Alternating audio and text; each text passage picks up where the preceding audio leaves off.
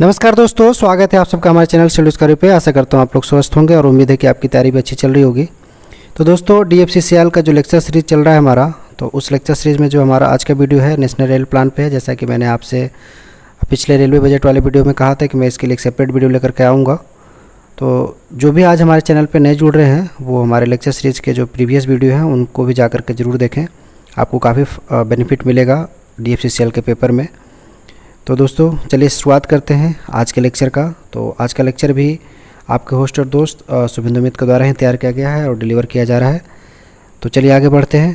तो आगे बढ़ने से पहले दोस्तों आप हमारे चैनल स्टडी डिस्कवरी को जरूर सब्सक्राइब कर लें अगर अभी तक आपने सब्सक्राइब नहीं किया है, जिससे कि आपको लेटेस्ट इन्फॉर्मेशन और एजुकेशनल वीडियो मिलती रहे।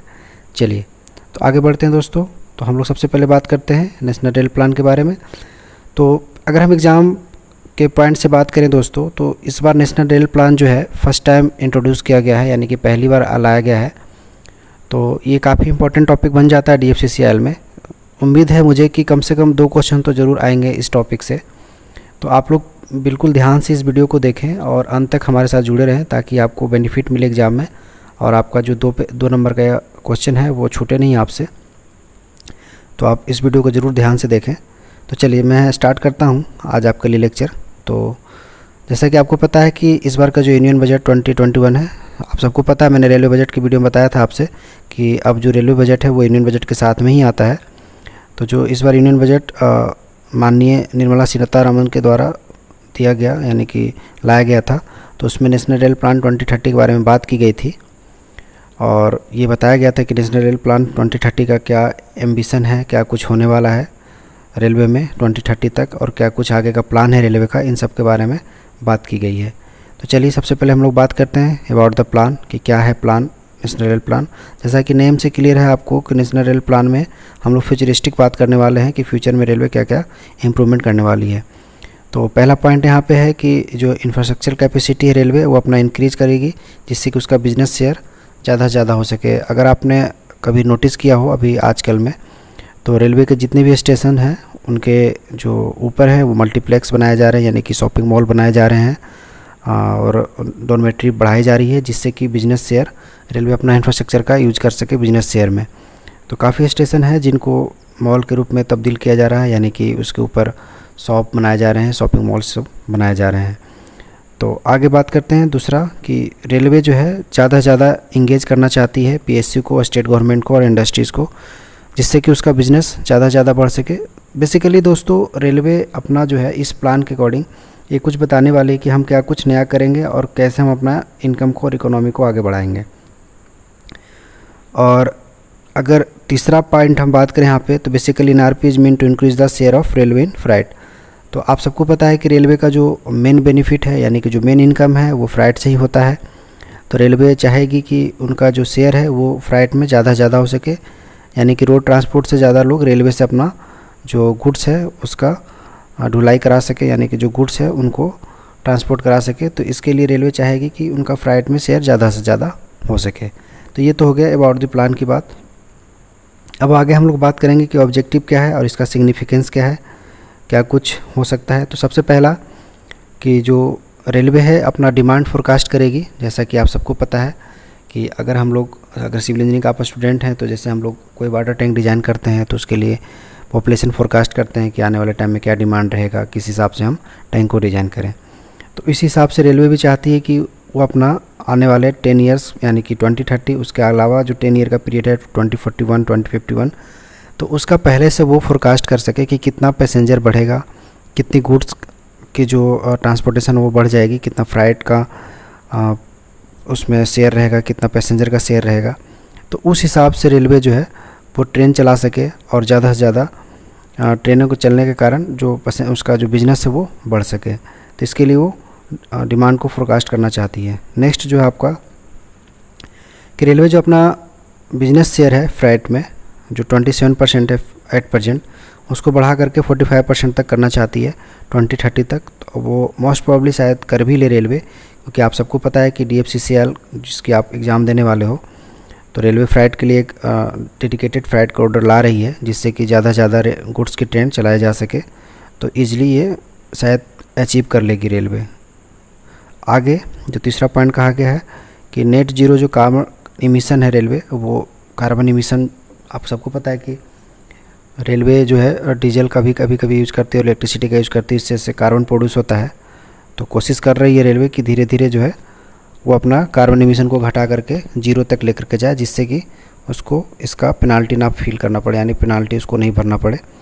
तो इसी के तहत आप सबको पता है कि दिल्ली से रेवाड़ी तक एक सोलर ट्रेन भी चलाया गया था, एक ट्रायल के रूप में, कि ट्रेन को क्या सोलर से चलाया जा सकता है या नहीं चला जा सकता। तो सक्सेसफुली वो ट्रेन चली भी थी और अभी सक्सेसफुली चल भी रही है।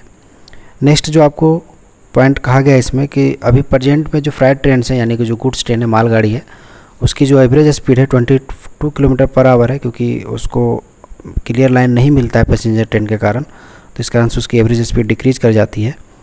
तो अगर उसको एक डेडिकेटेड कॉरिडोर मिल जाए, यानी कि डेडिकेटेड एक रेलवे लाइन मिले, तो वो अपना एवरेज स्पीड को बढ़ा करके 50 किलोमीटर पर आवर तक ले जा सकती है, जिससे कि रेलवे को बहुत ज़्यादा बेनिफिट होगा। उसके कारण वो जो रॉ मटेरियल्स है उसको ईजिली एक पॉइंट से दूसरे पॉइंट तक टाइम से पहुंचा सकेगी। तो कोई भी इंडस्ट्री वाला जो है वो उससे रेलवे से अपना बिजनेस करने में कंफर्ट करे, मतलब कि उसको अच्छा लगेगा। चलिए आगे बात करते हैं हम लोग।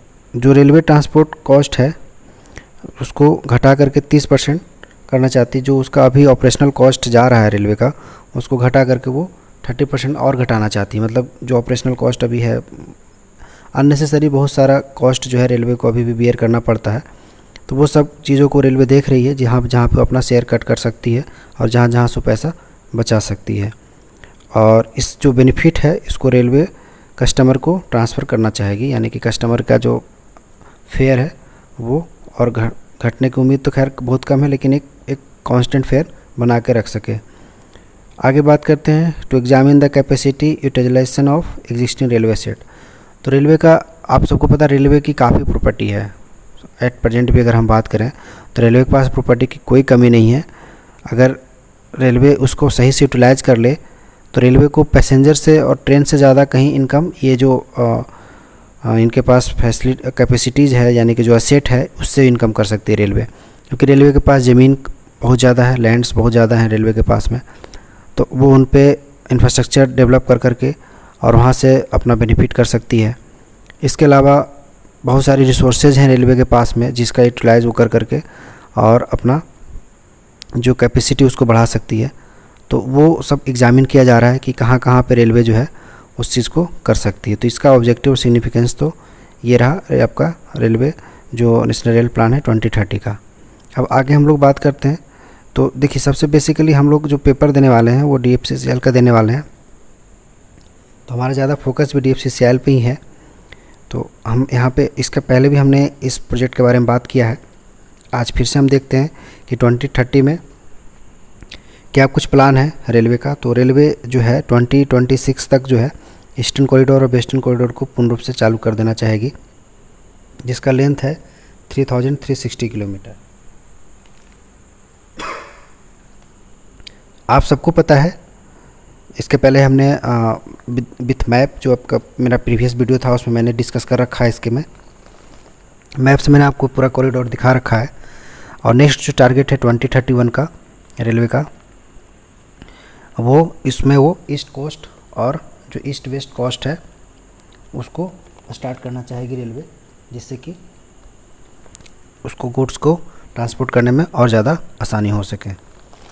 अगर हम नेक्स्ट बात करें यहाँ पे, तो 2041 में नॉर्थ टू साउथ DFC और ईस्टर्न DFC को रेलवे स्टार्ट करना चाहेगी।